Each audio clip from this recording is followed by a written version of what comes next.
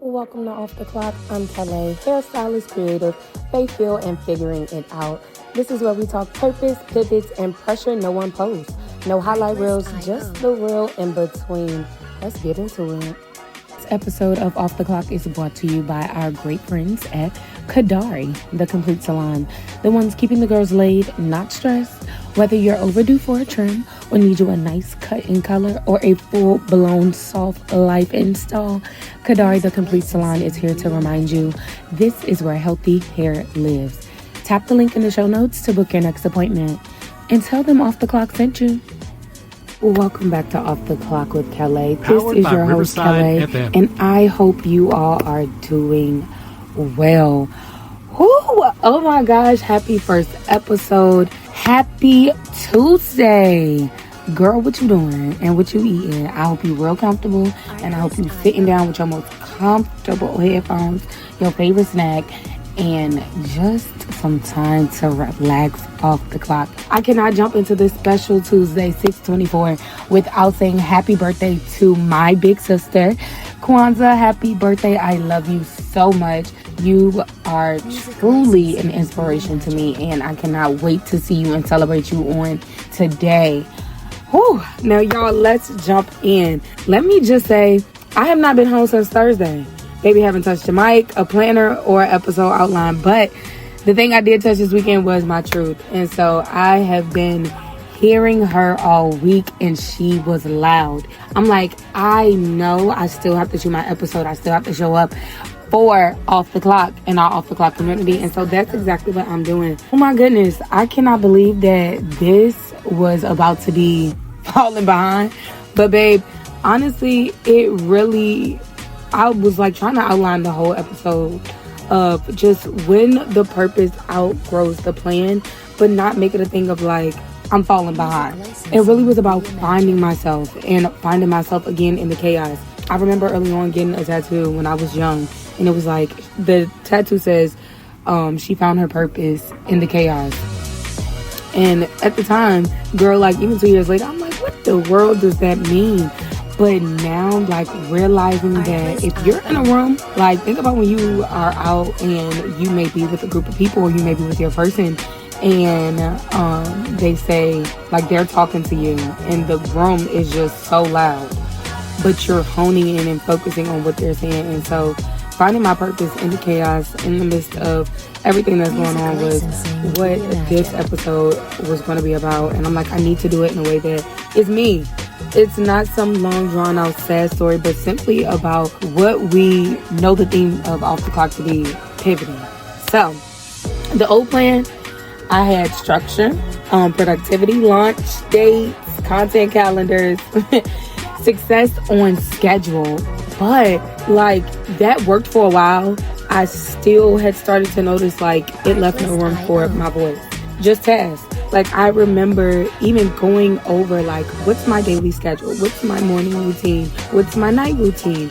What are all the things that I want to be able to get done in a day? But I found myself like, oh, I'm checking off all these boxes, but where is the fulfillment and the substance coming from within these tasks? And so that is when I started to realize like, oh, maybe the plan was good. Like, thank you for the plan, because we should always plan, but maybe you've outgrown it. And I think that's like such a scary topic, simply because a lot of the times like outgrowing something or simply growing period can have such a negative connotation, like, oh, I've outgrown that, or I no longer do that. But no, babe, like it's simply just meaning that you're in a space where there's elevation. What used to interest you, what used to do it for you, does not. And there's no problem with that. If anything, I think we need to go back to what I was talking about last week, shifting that view on it being glass half full. Like this could this be a bad thing? Yes.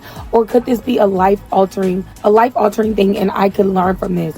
So that is simply the ideology that I had tried to start developing. Like this is not fulfilling me anymore. It can't just be tasks. I want to, make a plan where my purpose is starting to align.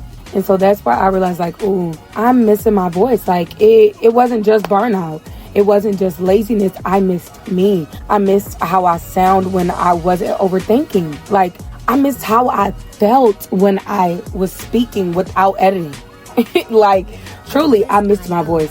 And babe, she was loud. So getting into that and what that sounded like internally for me was truly just like, why isn't this working like it used to? You know, like you don't even like how you're moving right now. So what are you gonna do? What is the change? Like, can we please do something that feels like us again? And so tying that literally into what I wanted to do going forward, because everybody knows I will give you the shirt off my back as long as I have a tank top. No, but I will give you the shirt off my back, and I don't mind helping those in need. I truly don't mind helping anyone. And I found that in this walk that we're calling life, I am truly like having it where I want to help people all the time. I want my full-time job to be helping people, whether it's positioning them different, coaching, like speaking from the heart, changing, like helping with heart posture. Like that is something that has been a mission of mine. And so finding that purpose and not trying to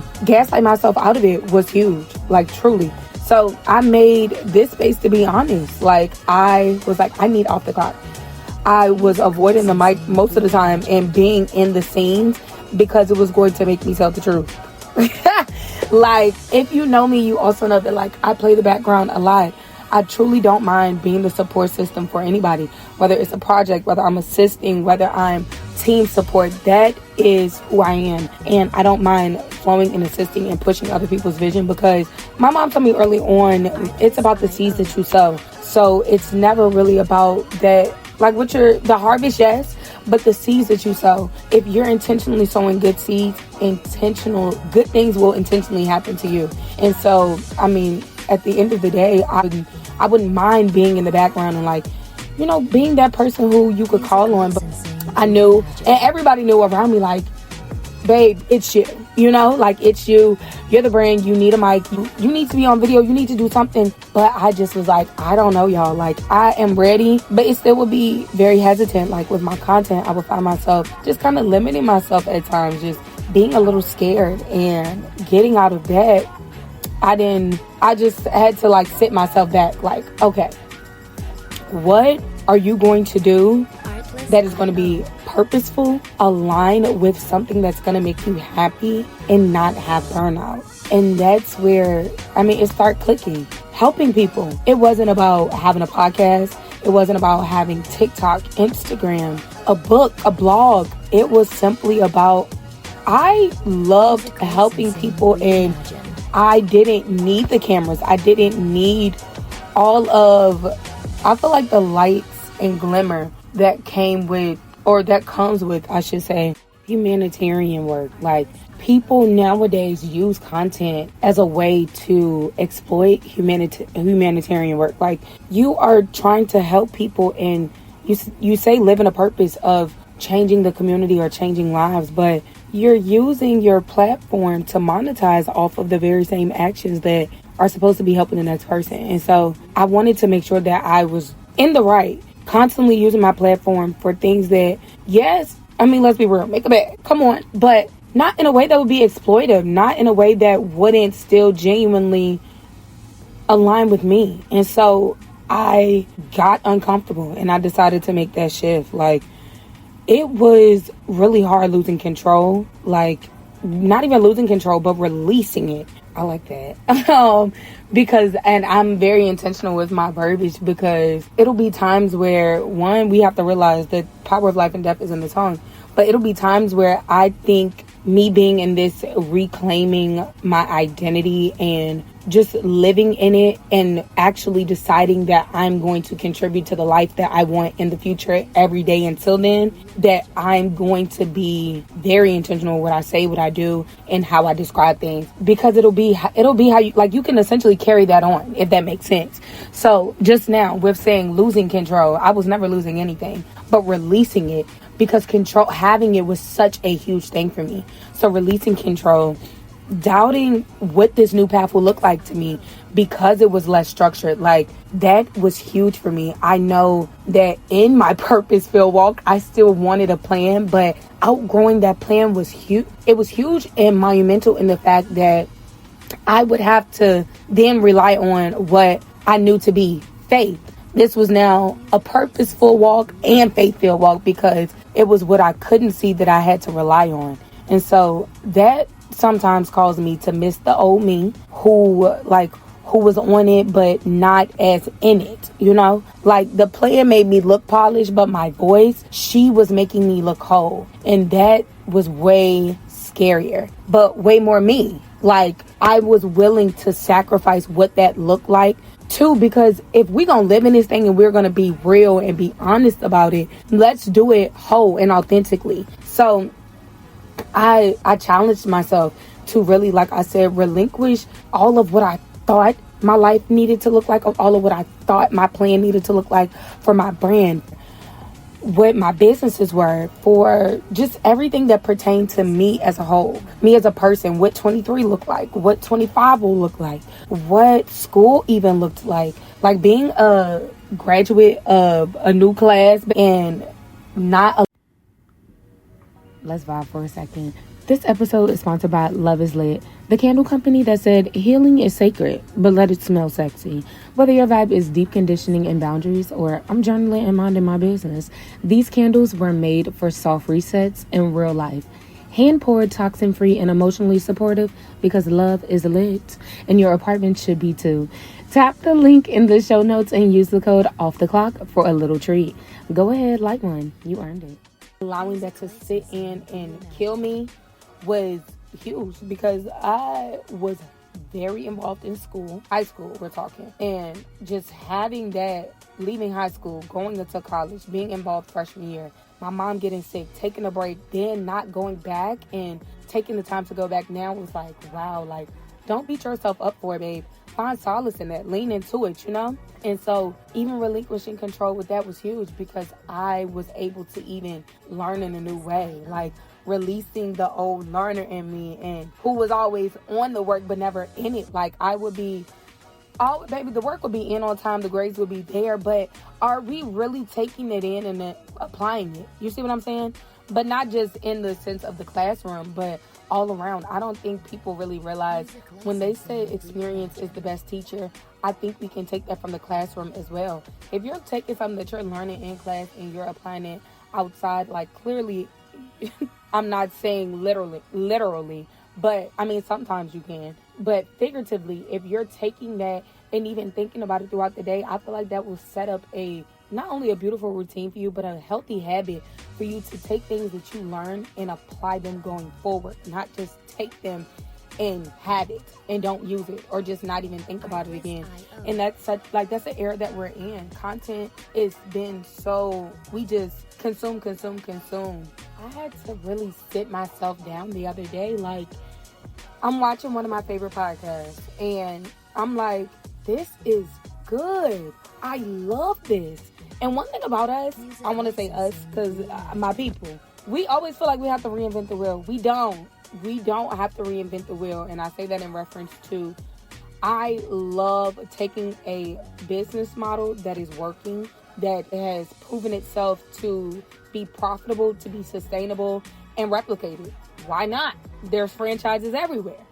And I sit down and just like artists, just like your favorite rappers, I sit down and I study my favorite artists, and that's podcast artists for me, or just brands or people who I feel like really take control of their full platform. And so I'm watching this podcast and I'm like, oh, this is good. So I get to the end of the podcast, girl, I start cooking. I'm like, and mind you, there's no problem. Like, obviously, like, you're listening to your podcast, you're doing whatever.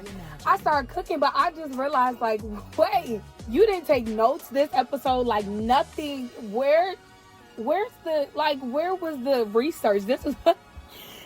So one thing that's funny to me, y'all, is I'll time block tasks to watch podcasts because they're research for me. I'm sitting down and I'm trying to figure out, how do you come in and when you're interviewing people, how do you do this? Or when there may be a topic of this, how exactly are you getting that across to your audience to make sure it's being perceived, not just, just learning different things, like not using just certain nuances that I may know, or just trying to be full rounded and look at platforms that I feel like are perceived in the way that I like. I never look at podcasts or anything really that doesn't align with what I even like. That doesn't even make sense.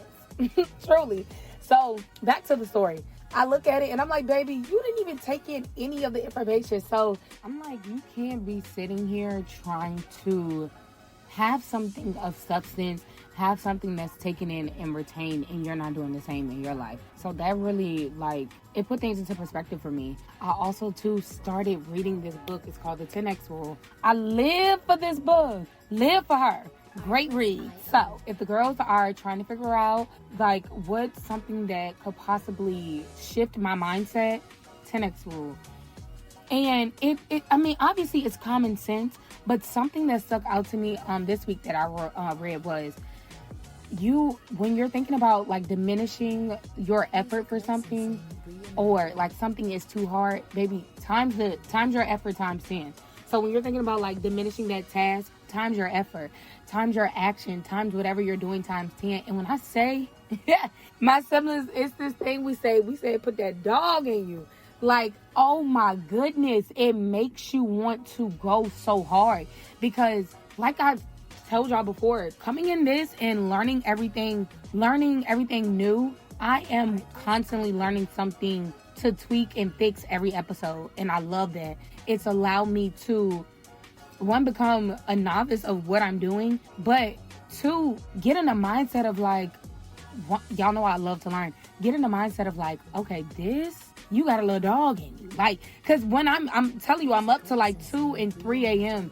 trying to finish an outline, trying to do an audiogram, trying to make sure that my things are set up and scheduled and everything is out. Like, that takes time, and it takes a certain amount of dedication that I didn't feel like I held or possessed before. But it came out, and it came to the light when I leaned into my purpose being bigger than my plan. Like, trying to stick to a plan that does not fit you anymore, baby, it's a prison. Like, it's not even a plan anymore. You're trying to stick to something that no longer fits you, and you're over here trying to figure out what's the problem. Babe, it's giving the movie White Chicks. Let me get my skinny up in here. That's what it's giving. Like, baby, that's not your size, and that's okay. That's not your plan anymore, and that's okay. With your purpose, and then I think sometimes for us as people, it can be scary when your purpose is bigger than your plan, because that's all that you thought of. Oh, that's all that you thought of, and that's all that you considered in not even just your lifetime, but that's all that you, at your wildest point when you were coming up with this plan, thought that you were able to achieve. And so something that sticks with me is God always says, baby, I'm going to do something bigger than you can think or see. So blow my mind, like blow my mind and set me up and put me in a mindset shift to where I'm already thinking about this as a standard for me. You get where I'm coming from? Like, if I'm in the mindset of blow my mind, the standard that I set for myself will be to blow my own mind. And that was huge for me, because I'm like, everybody's like, wow, you're going to put them out every week. You don't think you want to do maybe once a month, ease into it? I'm like, no, I'm going to do it every week. I'm going to do it every week. I'm going to do it every Tuesday. And that is going to be, it's going to be my audio journal to myself, but also to my testament to this dedication and consistency that I will commit to. Not that I want to do, that I will commit to. And it's been beautiful. It has been easy. Like I said, I am one who loves a task, loves a subtask within a task to make sure that everything is completed for that one, or just loves a plan that I can stick to because that is comfortable for me. But realizing that you cannot grow when you're comfortable will allow you to like put yourself in spaces that you didn't even think was possible before. Put yourselves in rooms that you didn't think that you were eligible to be in. Who set the qualifications when God gave you the plan? How they gonna tell you? See what I'm saying? How they gonna tell you that this wasn't for you, or this wasn't how you were supposed to move, or anything, or how it's supposed to go, when they, like, one, babe, you don't realize how big this about to get because you agreed to the first plan. Which means you didn't even know that this what he had for me either. So sit back, Buster, like, sit back. And it makes you just get joyful, because that's where I sit at the glass half full, and that's where I'll continue to lean in. Like, Yeah. My purpose outgrew the plan and what? You know? What about it? And what we gonna do now? Yeah. Like, it feels amazing. It feels amazing. Truly. So, y'all, if you have been moving on autopilot like me, this is your permission to stop, babe. Not forever, but just long enough for you to check. Check and see if your voice is still there. And does she feel heard? It's okay to pivot. It's okay to pause. And it's okay to come home to yourself. Babe, the purpose will always outgrow the plan because it's going to be elevation no matter what. Next week, we're talking about the version of you that you've been avoiding. The one who was loud, joyful, and unfiltered, because she deserves to come back too. I love you, babe. Thank you so much for sitting off the clock with me. I hope this was everything that you needed. If it helped, if it held you, send it or share it. Till next week. Artlist.io.